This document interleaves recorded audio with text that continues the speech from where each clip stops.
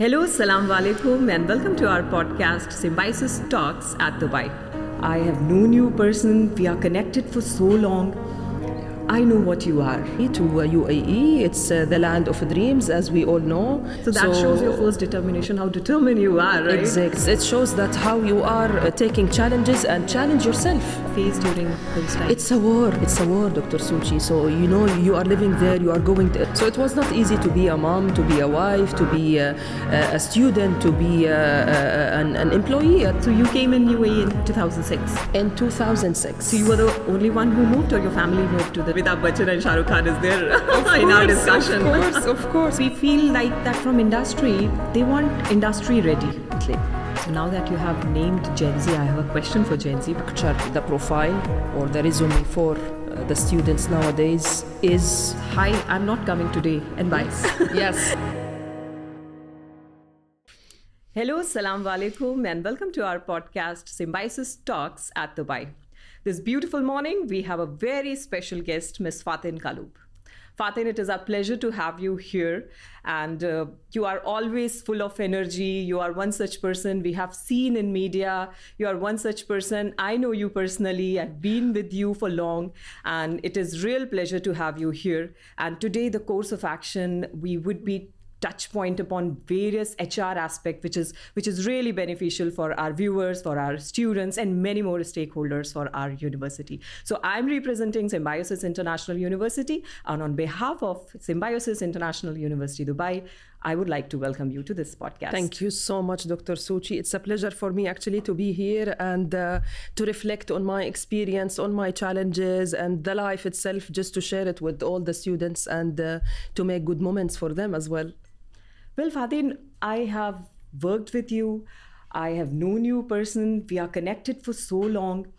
Yeah. I know what you are, right? But it would be great if we can, probably for our viewers who are new, for our students who are new, they wanted to know about you, who you are. So if you can take us back to your journey, who you are, how you started from your family to as a student, then moving on to your professional life. So what are those touch points that you had throughout your journey? If you can just take us throughout that journey. What a question, Dr. Suchi. It's really nice to take me back a few years ago, not too long actually.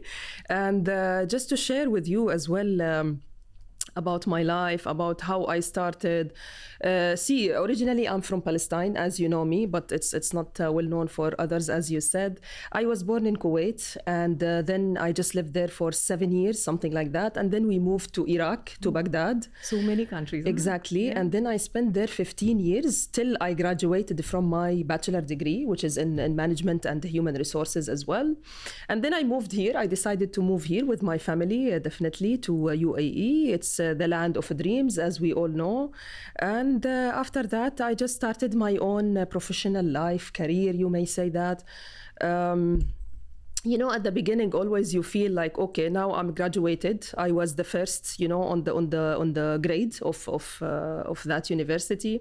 And then I said, okay, there was a dream inside me to complete and to continue my higher study, because, you know, when I was graduating there in that university back in Baghdad, everyone was congratulating me and telling me, we saw your name in the lists to do this high education and so on. And then I kept this dream in my mind, and I said, okay, it's not the right time now, because I left Iraq, which is in 2006. There was the war, you know, between Iraq and the United States. So it was really not a pleasant moment at all. So I said, okay, it's not the right moment to complete and to continue my education and my dream. So let me start from here, my professional life. So you came in UAE in 2006? In 2006. So you were the only one who moved, or your family moved to this place? So what happened in 2005, my family decided to move to UAE. Okay. So I was having the last academic year in my bachelor degree. So I moved with them in 2005. But guess what? It was only for a few weeks, because I decided to go back alone to Baghdad while this war is still ongoing. To complete your education. my education. It was a decision, actually, from my side. Definitely, everyone was against me. My mom, my dad, my sisters and siblings, and they said, "Are you crazy? To do so?" And then I said, I just need to complete my bachelor degree. So and you went back to a difficult times in your country. Exactly. And then how was it? Exactly. It was really not easy for me. That was the first time that I am traveling alone from the side of the family in a country which has war there. So it was really not easy decision. But I just made it. I know I'm crazy, but I decided to go back to complete my bachelor degree. Yeah, that was a bold decision entirely, because it was critical for you, I believe. Yes. Because you are completely on the last verge of your completion of your graduation. Yes. And then it was difficult equally for the family to sending their daughter all alone to a country which is still, disturbed. Exactly. It was really not an easy decision, but I felt, inside me, my gut feeling was directing me, just go. And you will make it. So that shows your first determination, how determined you are, right? Exactly. And it shows that how you are taking challenges and challenge yourself at the end, because you just have a dream, you have something, you have an image in your mind, you need to reach to that image. So then I went back to Baghdad for 9 months, exactly 9 months. And then you were there alone? Alone. And after that, after 3-4 months when I was there, my sister, she followed me because she was also completing her master's degree in dentistry. Elder sister. Okay. So she came back after like a few months. I was alone there, and then we just lived there for the rest of the academic year, and we went back together to United Arab Emirates in September 2006. So immediately when I arrived back, my family were waiting for me actually in the airport, and it was really difficult for them to recognize me. Why? Because the look that I was at that stage was really not good, if I may say that. I lost almost 15 kg. So I was really like a ghost for them. So when they saw me, they were shocked. But I told them, okay, it's a matter of time, But what was the hardship that you have faced during those times? It's a war, Dr. Suchi. So, you are living there, you are going every day to the university. You never know if you will go back home or not. So it was really difficult on daily basis for 9 months to do so. But I was not looking at this process itself. I was looking at the end of it. Higher objective. So I said, okay, it's a process.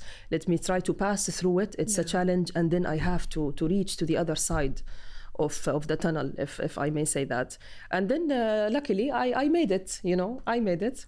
And then in September 2006, the first thing that I did is I took my driving license. Okay. So I succeed from the first test. Don't ask me how. I said, okay, I just, finished my challenge in Baghdad. For me, this is not a big challenge, actually. So I said, okay, I was lucky enough to do so. And then after that, I started my career, my professional life. I worked in a legal advocate office, and after that, travel agency. And then I started the real one, which is the engineering consultancy firm. Right. So I worked with them in a city called Ras Al Khaimah here in United Arab Emirates. It was for 3 years almost, and then after that I moved to Abu Dhabi for a few months with the same company, and then I got married in 2009, end of 2009, and then I moved to Dubai. And then, the crisis has been started, which is this 2008, 2009. Yeah. So it was good rest for me as well, to have some rest. And then, after 2 months of marriage, I discovered that I am pregnant. And then I had my beautiful daughter, she's a friend of mine now. So in 2010, I just delivered Julia. And then after that, the life, of course, goes on. I was working here and there. And then, I just approached to a sign that, okay, in 2015, it's time to have my master's degree. The earlier Second dream. Determination Exactly, comes in, exactly. So then I said, okay, I was luckily working in a higher education sector. So this gives me the vibes and the signs as well that I have to go back to this. Just wanted to know, how was your journey once you have delivered Julia from 2010 to 2015, by the time you realized that now it's a high time for you to go for your master's. How was those 5 years?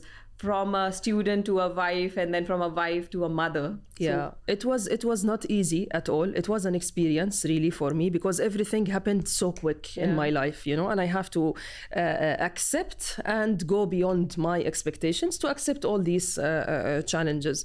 So it was not easy to be a mom, to be a wife, to be a student, to be an employee at the same time. So it's like wearing 4 or 5 hats at the same time. So it was not easy journey at all, but still, you know, it's life. I have to do it to reach to my bigger dream. So lot of expectation you might be juggling through. Exactly. And during these years, actually, I lost my dad in 2012, actually. So he was diagnosed by lung cancer. So it was also part of the tough journey because I was very close to him. And I was, you know, getting all this strength and power from him. So it was you know, something which takes me down. And then I decided, okay, I have to move on. You know, I have a family, I have life to live, and definitely he will be so proud of me if I will keep you know, succeed in my life. Right. And then after that, I started to pursue my master's degree, and that has started in 2015. In 2015. Okay.